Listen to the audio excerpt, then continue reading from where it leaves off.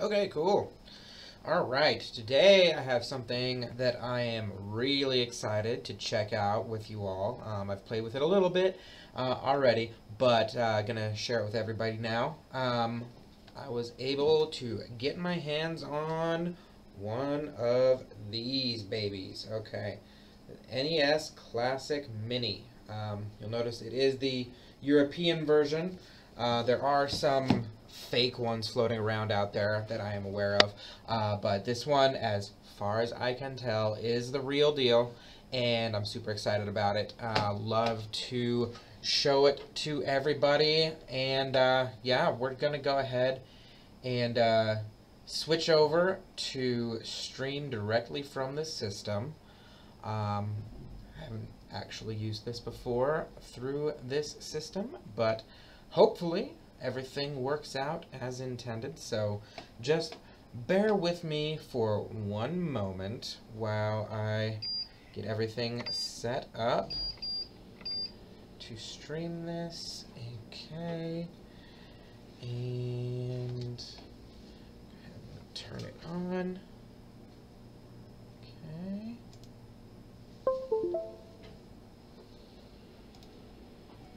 Yes, there we go. Awesome. Cool. So, you can hear the sound on it. Unfortunately, with the setup that I've got going right now, I can't hear the sound myself. So, the games aren't quite going to feel super real to me. Not quite 100%. But, here they are. Absolutely love these games. So many of these are really just, they're fantastic games. The games that they chose to put on this machine are absolutely phenomenal. There's a channel out there. I wish I could. I'm terrible with names, but yeah, they have a running joke where they have repeatedly referred to the NES Classic as the best and most convenient way to play 29 of your favorite NES games and Balloon Fight. So I actually like Balloon Fight just fine, but.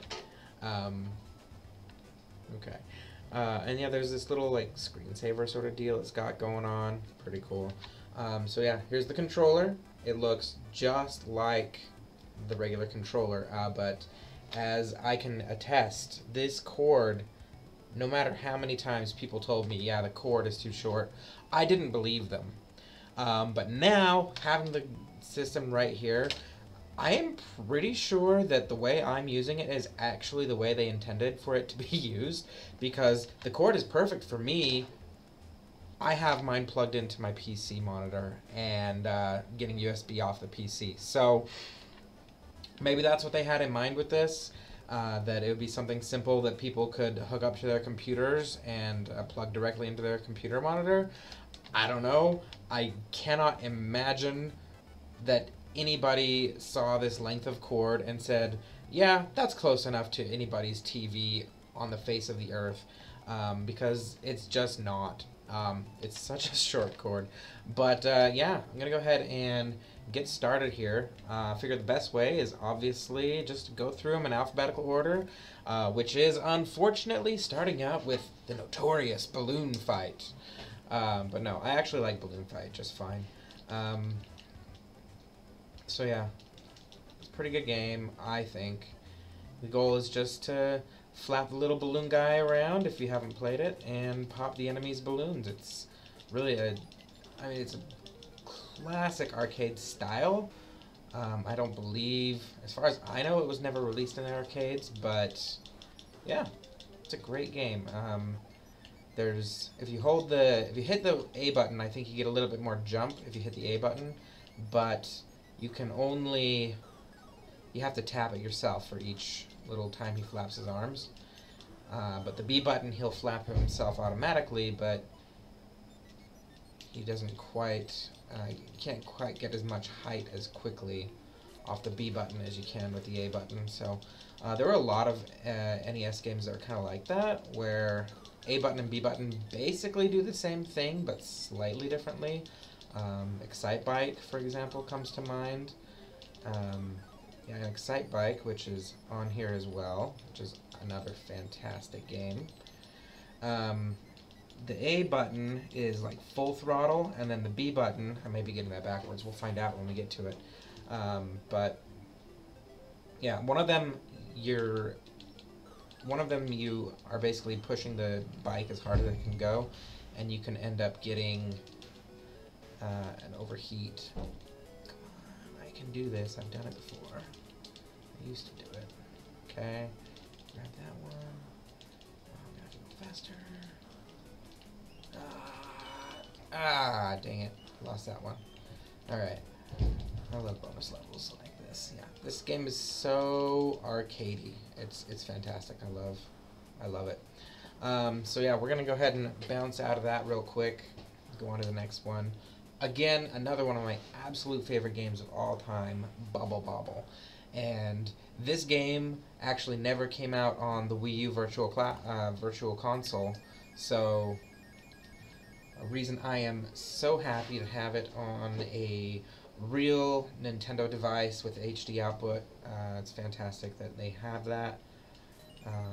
Yeah, I don't know why they never included this with... I don't know why they never included this with the Virtual Console on the Wii U.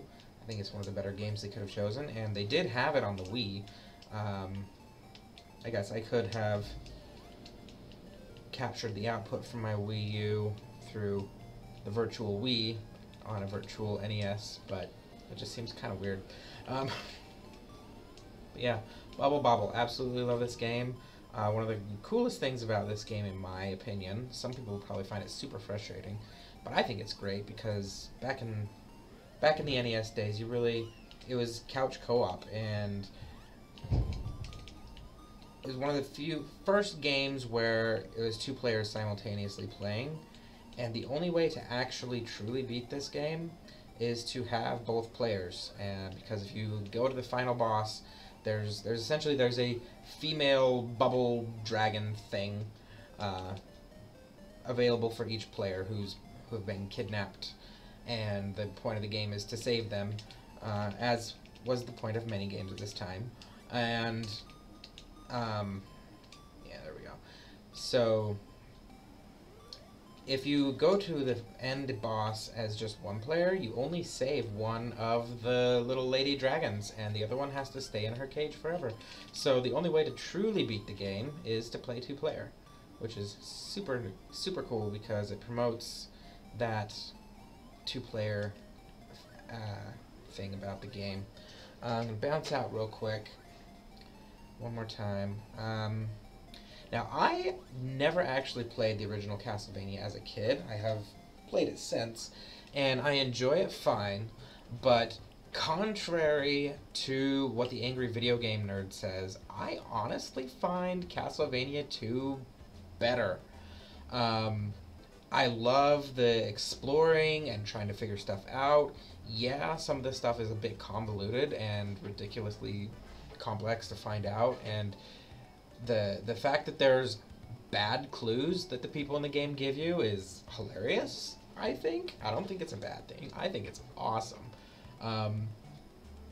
But neither of them, well, the first Castlevania actually works fine for a quick demo, so I'll go ahead and pull that up and play just a little bit of it for everybody.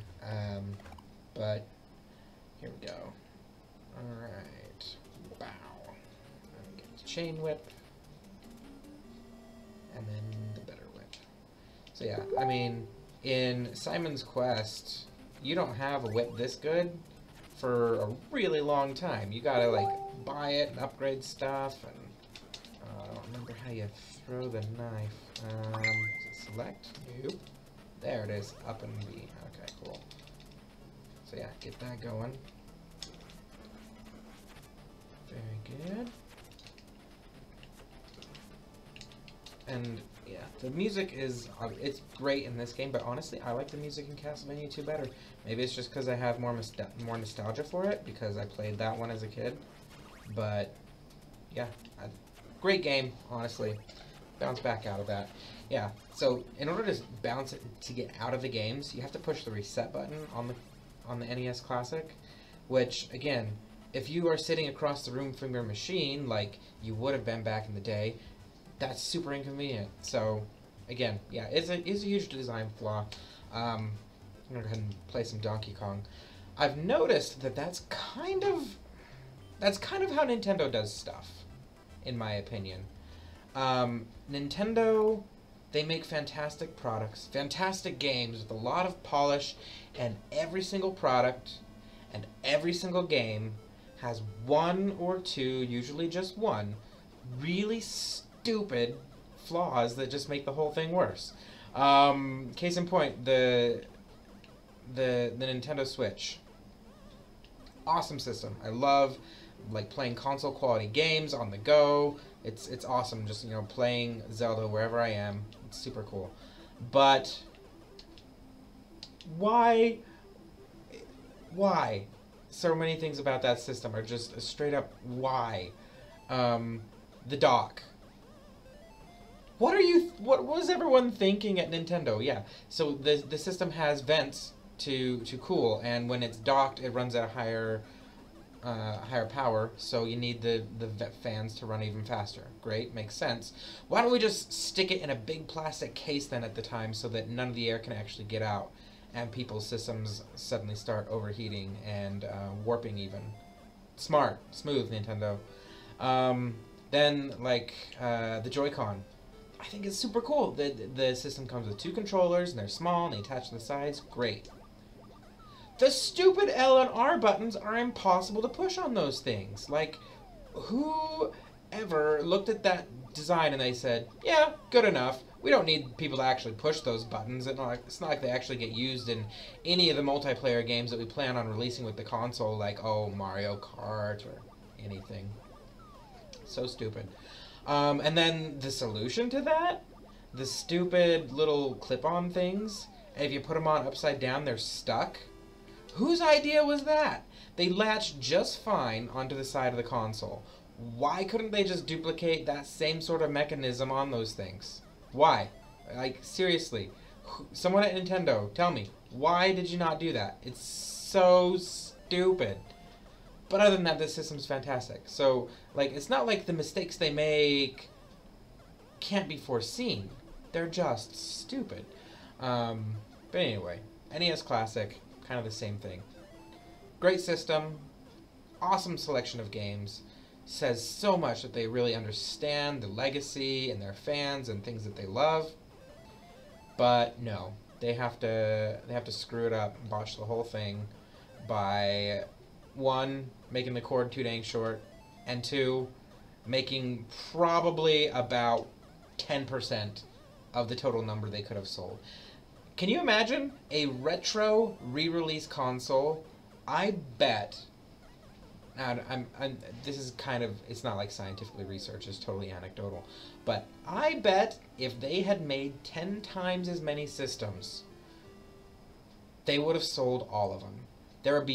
People would have bought 30 million NES Classics.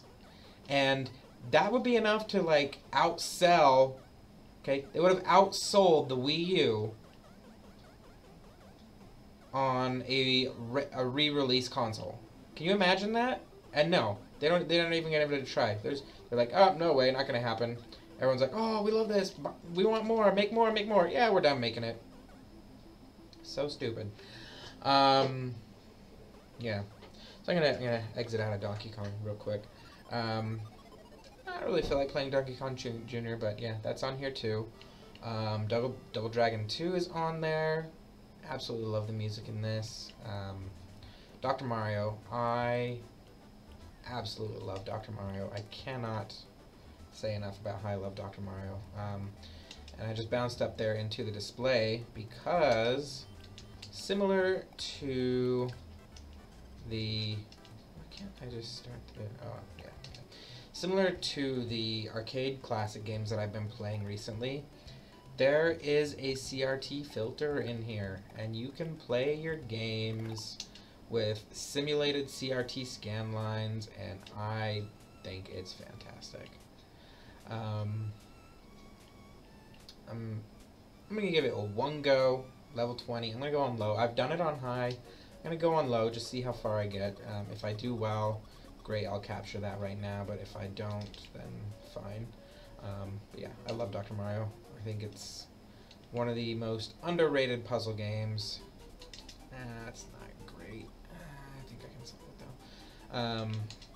Oh no, don't do that. Okay. I'm not sure that this one's gonna go quite like I had hoped.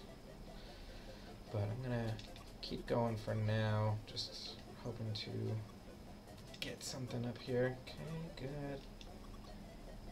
Yeah, gotta get rid of those blues that are blocking that horizontal red, because on level 20 it starts out so high, there we go, that there's actually no way to clear things if you put any wrong color on the top row, unless you go sideways like I just did there. And if you haven't played the game, you can probably imagine, but going sideways is far, far, far, far more difficult than going vertically in this. So yeah, anytime you end up getting it sideways at this level, you're kind of hosed. Yeah, I'm just gonna keep going on this for at least a little while. Oh crap! Oh crap! Okay, okay, okay. Okay, got it. Okay. I'm not doing so great. I think I'm gonna fail. Yeah, failed. Okay, moving on. So yeah, that's the CRT filter. Looks pretty good, honestly. It looks a lot like you'd remember from the old TVs. It looks better the further away you get. When you're super close, it looks kind of weird, but I mean, that's how the TVs were in those days. As I think why your mom would always come in the room and say, "Get away from the TV, you're gonna go blind." So yeah, here's Excitebike. Let's test this out real quick. Is it the A button or the B button that makes you not overheat? Let's see. So A button. Okay, yeah, A button goes slightly slower, B goes slightly faster, but you can overheat going on the B button. So yeah, Excitebike. Now I know Excitebike was available in arcades as well. It's kind of got that same arcade feel to it. Cool thing about Excitebike Arcade though is it was a two-player versus game, and it was the only way to play two-player versus Excitebike in the US for a really long time, unless you had obviously imported the Japanese version. But on the Wii U, they actually made a translation and a port to America for the two-player version. So Excitebike Versus is available on Wii U, which is pretty cool. Woo! Okay, I'm gonna bail out on that. Final Fantasy, yeah, no reason to really play that here right now. It's a super involved game. I've already played a good bit of Galaga here on the channel, but I honestly love the game, so I'm gonna pop in here and play a little bit of Galaga real quick. So yeah, 30 games for what was gonna be $60.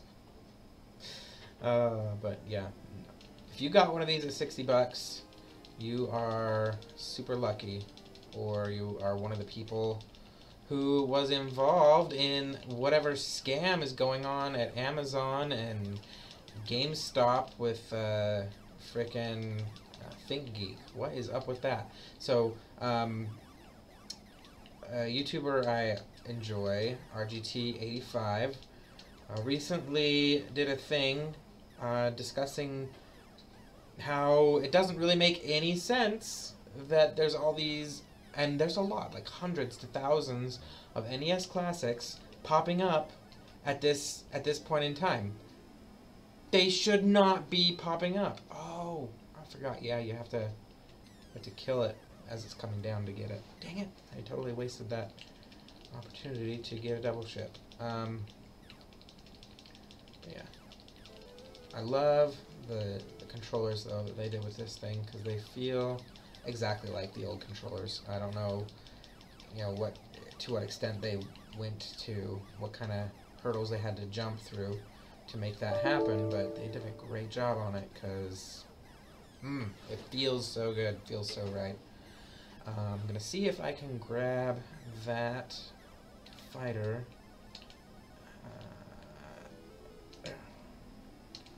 And try and get it for the bonus stage. Or if you go center, yeah, he's center out. Cool. See if I can nail this bonus stage since I failed when I was playing it on the PC version. And go, go, go, go, go, go, go. Yes, that was one I missed. Okay.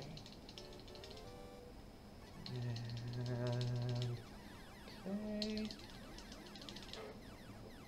Yeah! That's how it's done. Perfect. Cool. But yeah, I'm gonna bounce out now. Ghosts and Goblins. Love this game. I have not ever gotten very far at it. It's so stinking hard. Yeah, even playing on the Wii U Virtual Console version, where you have save states and stuff, I still can't get very far.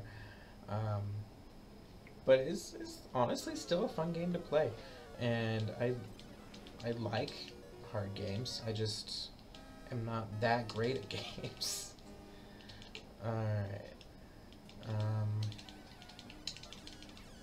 Yeah, this game is a hard game. This is, like, if you hear about Nintendo Hard, this is what people are talking about right here. This game is not easy at all.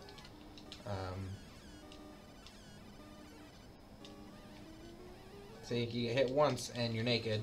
You hit twice, you're dead. Done. End. Alright. And then another space shooter made the cut, Gradius. Give it a try. So we've got our up and down space shooter, and we've got our side scroller space shooter, and honestly they're both pretty good space shooters. I played a lot actually of Darius Twin back in the day. I had it on Super Nintendo. I don't know if anyone out there's ever played Darius Twin, but I enjoyed it. It was pretty good. There we go. Power up. Didn't seem to change anything. I don't really know this game all that well, to be honest, but excited and happy to play it. Oh, speed is up.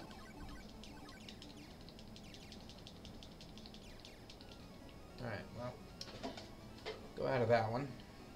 Ice Climber. Honestly, Ice Climber's alright, but kinda, you can tell that the mechanics of Ice Climber predate Mario, or there's just something wrong about just the jumping mechanism. It feels so clunky. It's so hard to get the little Ice Climber to jump up where you want them to. You can adjust your jump after jumping, but not as well as you're probably used to with Mario. And then also, another problem with it is you go through platforms, it seems. Like, the collision detection for whether or not you're on a platform, it's kind of confusing. It doesn't line up with the sprites exactly. So I think that's one of the main reasons why this game is so challenging. It's because you're smaller than you look like, but another reason is that, yeah, the jump is kind of whatever your initial trajectory is when you take off from the ground, you're basically stuck with that. There's not a lot you can do after the fact to adjust it. Which, yeah, that makes sense. That's more realistic, but if I was playing games hoping they would be realistic, I probably wouldn't be playing as a little Eskimo-looking guy fighting animals in a tower of ice. So, you know, yeah, I'm not gonna make this. Alright, so we're gonna bail on that. Next up, Kid Icarus. This is another one that I actually never got the chance to play back in the day, but I have played it a fair bit since. I really liked what they did with this, actually, in the NES Remix version. There were challenge levels in there where the camera would zoom out, and since it's a never-ending repeating background, there'd be an infinite number of worlds to the sides of you. And as the camera got further and further out, you'd see more and more of the level, but you'd be smaller and smaller, and enemies would be duplicated and stuff, and it's kind of a trippy thing. I really liked it. Let's get this heart. Yeah, there we go. So yeah, Kid Icarus. Pretty good. I don't really know a ton about the game. I know there's little shops and challenge rooms spread around. I don't know if you really necessarily want to go in those or not. I always just end up getting my butt kicked in there. And I never really had much money. Can't really get too far with the shops, but it's another example of what people mean when they say Nintendo hard. Let's see what I do here. There's a little hammer. Okay, so I get the hammer. Do I have a hammer now? Like, what does that even mean? I don't even know. Make my attack up? I don't know. Like, what do the power-ups do in this? I have no idea. Yeah.